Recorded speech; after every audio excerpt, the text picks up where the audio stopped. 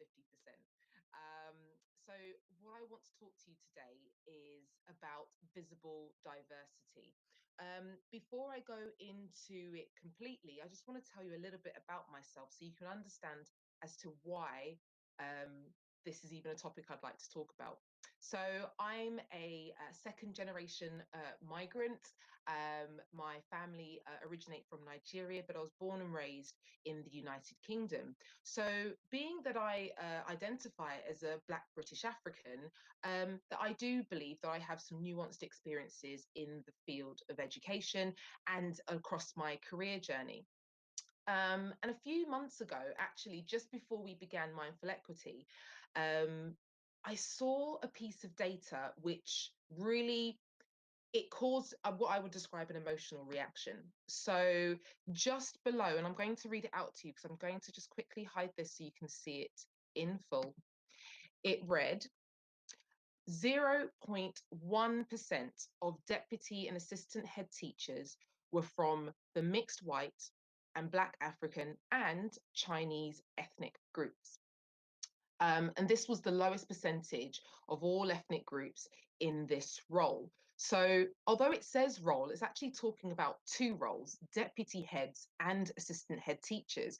And it's not just talking about one race, it's talking about, well, a couple, mixed white, whatever mixture that may come as, Black African, where I fall into, and then Chinese. So, 0.1% actually is tiny, but Black African is most likely and clearly a lot smaller than that. And so I wrote this tweet. I said that I'm a member of this 0.1%, and I'm a Black African assistant head teacher. Leadership, as anyone who's in leadership will know, is quite isolating. And the higher up you go, the more isolating it can feel. But Black leadership, more so. And I identify that because, well, being within 0.1% of Black Africans, it can feel very alone. But there was a sense of comfort that came with this because I have felt alone at times through my career journey. But seeing it in black and white, seeing it backed up by that research, by that data from the government's workforce data, really did allow me to understand that actually you're not wrong to feel alone, but it was a call to action. So, what am I going to do about it? The second half of that tweet is a little bit more positive, where I say, but networks are the best support and cheerleaders. And I fundamentally believe that. Twitter is a wonderful space to connect, to grow your PLN. And actually, Aretha and I both believe in this, which is why we created Mindful Equity. And I finished off by saying, you cannot be what you can't see. When I was in secondary school, and I've mentioned this before, I had a wonderful Black female head teacher, a very diverse student body, an even more diverse staff body, and it was a wonderful experience. And I can personally attest that my secondary GCSE results were brilliant. I left secondary school with 12 GCSEs across a plethora of subjects. But why does this even matter? Because when I didn't feel like I belonged, when I didn't feel that this education institution was for me, my academic outcomes began to suffer. So, this data at the bottom really is a call to action to bring about change and actually identify how we can positively affect the education system to ensure that all students can feel that sense of belonging. So, I created this slide deck before I heard the news this morning that this wonderful actor, Chadwick Boseman, has actually sadly passed away after a battle of cancer. But I want to think back to a positive time in this man's career and his life journey when he was announced as the Black Panther, when this movie was announced to the world and we all knew that it was about to come. Now, what has this got to do with education? Because I think about, I feel like Black Panther when I'm stood at the gate and students are coming in and they can see that actually there's someone who looks like me. There was an unusual reaction to Black Panther in the cinemas, and it was all over the newspapers. Often, when a new movie comes out, people talk about the wonderful actor, possibly an Oscar nomination. But actually, the newspapers were filled with this: photos of families, young people, old, everyone really dressing up in African attire and even some outfits from Coming to America. But you have to ask yourself why? Why would so many people have this almost simultaneous emotional reaction to this movie? Because they could see themselves in this movie. Not that they thought that Wakanda was a real place. There were stories of people who did think it was. I digress. But people did feel that sense of belonging. They saw themselves mirrored in a movie in powerful roles, center stage, really standing up and showing up. So, how does this relate back to the education landscape? Well, what research tells us about young people and that ability of the power of belonging. A sense of belonging can engender three key things. And as educators, these are all things that we look for to ensure to improve and stop being a problem. Firstly, it increases motivation. Young people feel motivated when they feel that they belong within that institution. Earlier today, we've had uh, other talks about relationships and the importance of that. And that can be fostered to support belonging and have these similar outcomes. There is also a reduction in absenteeism. You are more likely to, we've all heard the phrase, the acronym FOMO, the fear of missing out. That can be reduced if young people feel that they belong. And actually, because they don't want to feel the FOMO, they are more likely to come into school and therefore reduce that sense of absenteeism.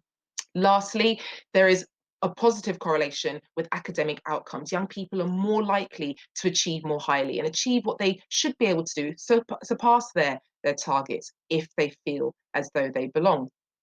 And my personal story at the beginning of this is also supporting that piece of research.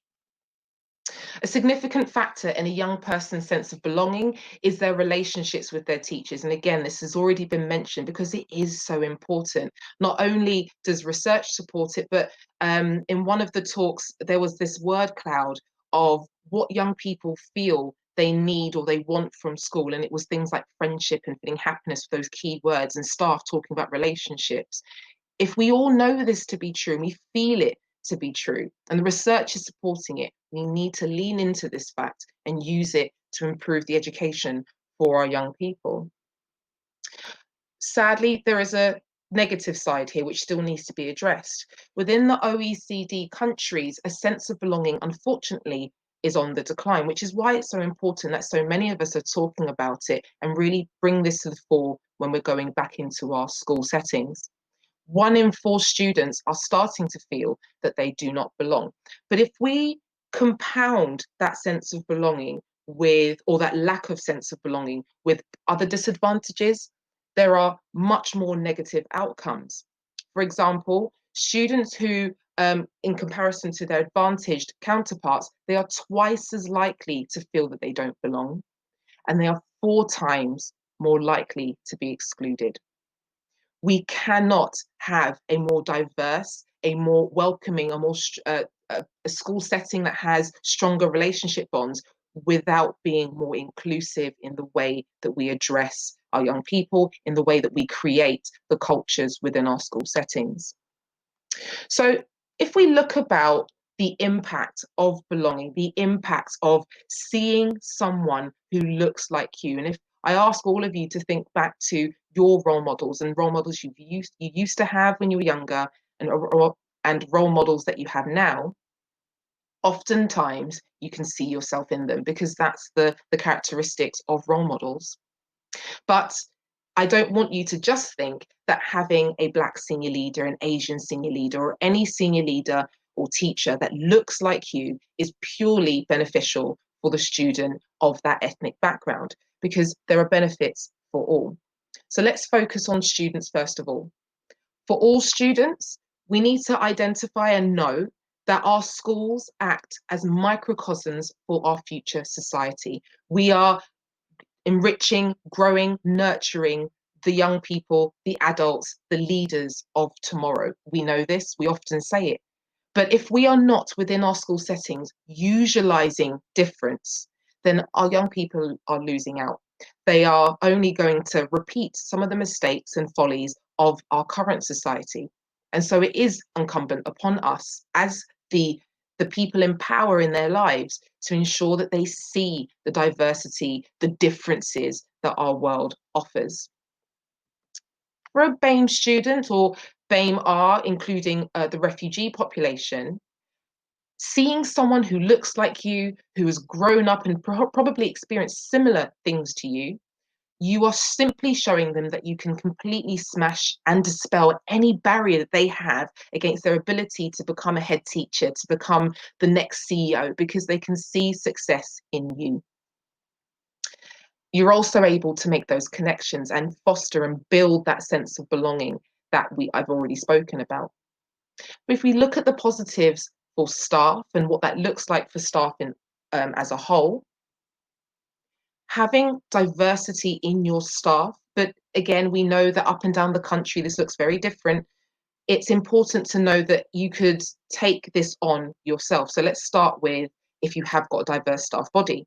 Having that diversity of thought is so powerful and so impactful. There was research in the business sector that shows that was conducted by McKinsey, and they found that the more diverse organizations, they made 3 times more financial gains than companies without that diverse thought. So there is power and positive outcomes to be had all round. Also, there are those alternative perspectives that can be brought, because we cannot claim to be all things to all men. And it's important that we share in our differences and see the strength and power within them. For BAME staff, provides that critical mass to support that joint understanding, that ability that if I've just started in the career and I look up and I can see that there are leaders who do look like me, then it's something I can aspire to. It engenders that confidence that I'm able to move forward. And that last point there is obviously confidence, because there's a quote that I'd like to leave you with. I think just a moment. It says that self-confidence is a superpower.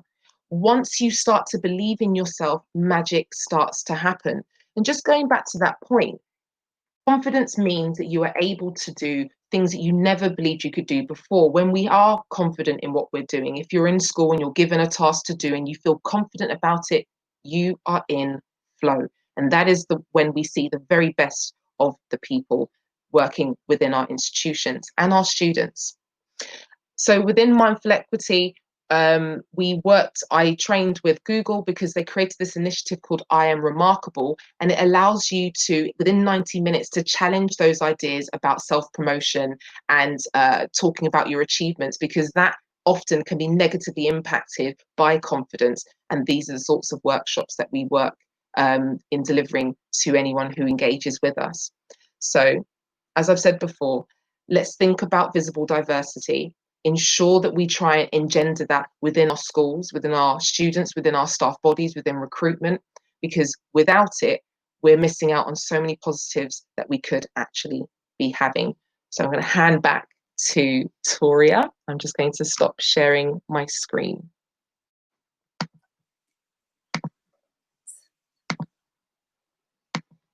That was fabulous. Absolutely brilliant.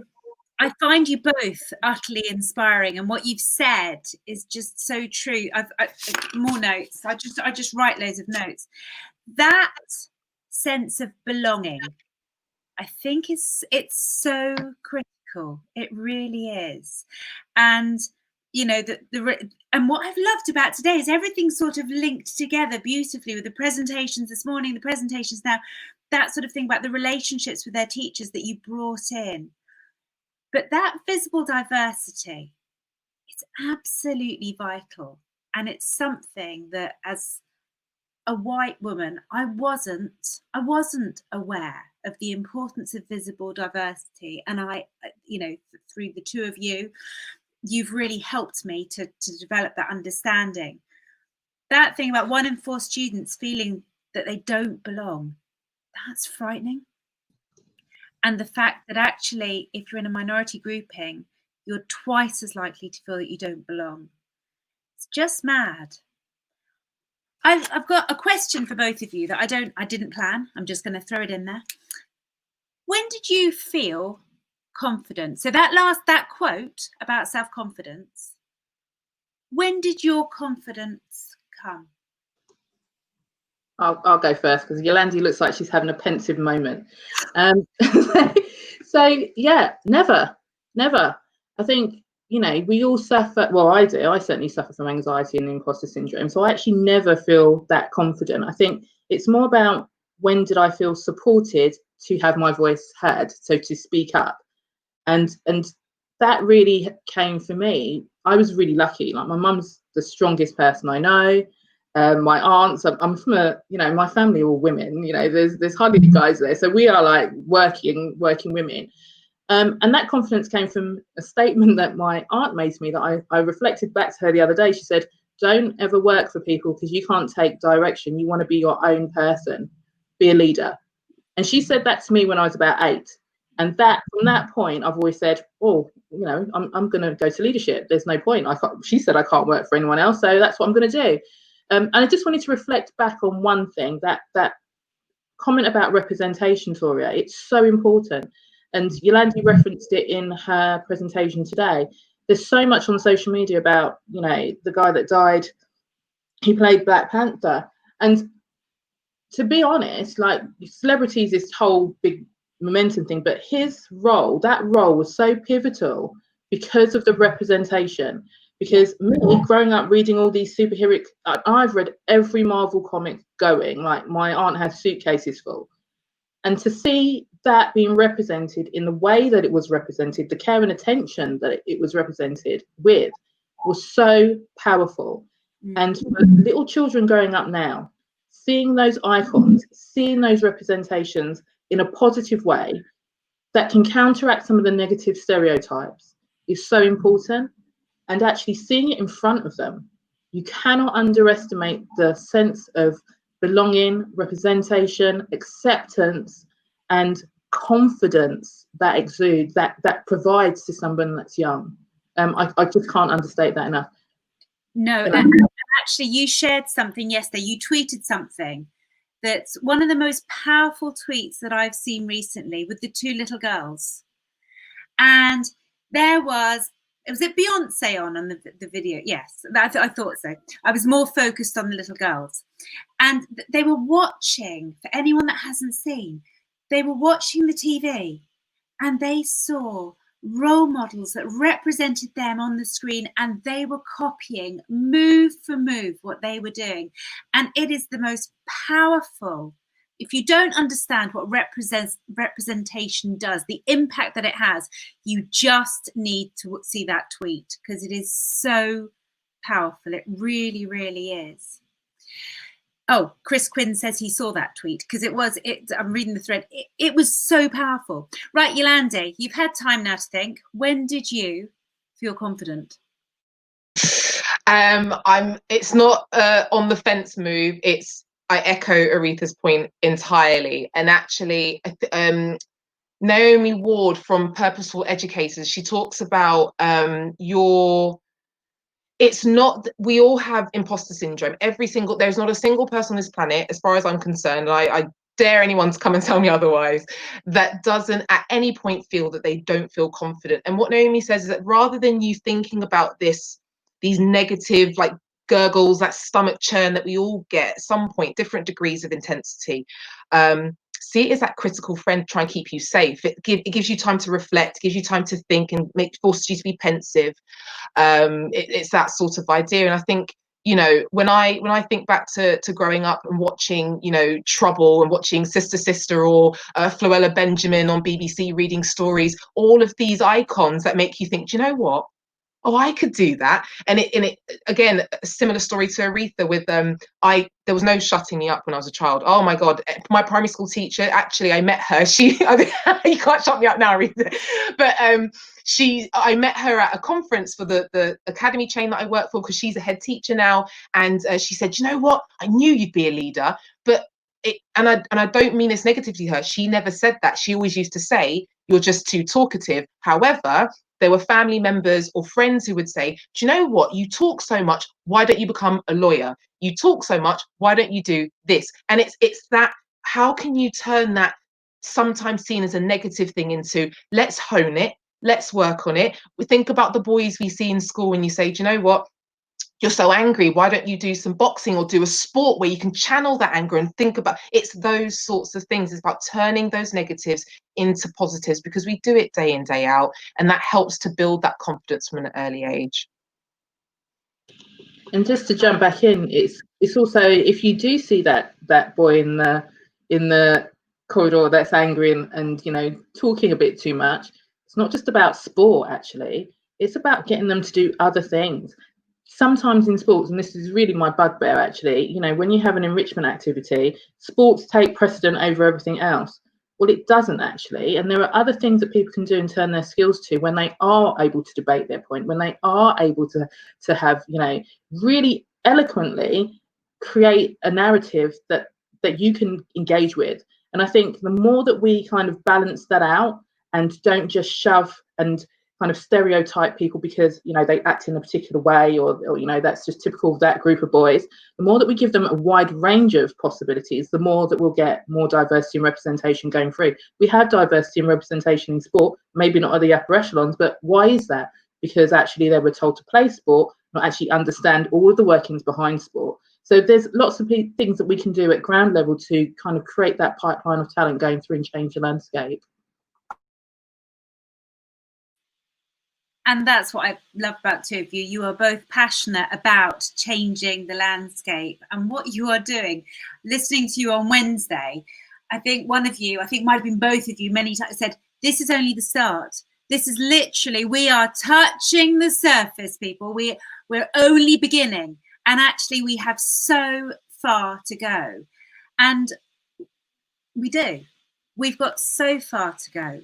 How wonderful would it be if our schools were truly representative, if our SLTs were truly representative, and if all children had role models that they could see in class. And what I found really interesting whenever, you know, that we've discussed representation quite a bit was, I think, I forget who it was said it to me, but it's that thing about, it's not about who's presenting, it's about the audience. It's about, can the audience see someone presenting that represents them, that is talking about their lived experience. And that's, I get that. And I think the more we are thinking that about the children that we are teaching as well, and not assuming that every child sitting in front of us has exactly the same lived experience, because they don't. My lived experience is completely different from both of yours. But interestingly, both of your lived experiences are completely different from each other.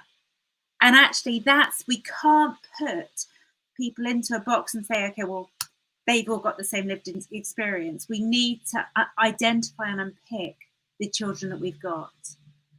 Youlande and Aretha, you are just inspirational women. You really are.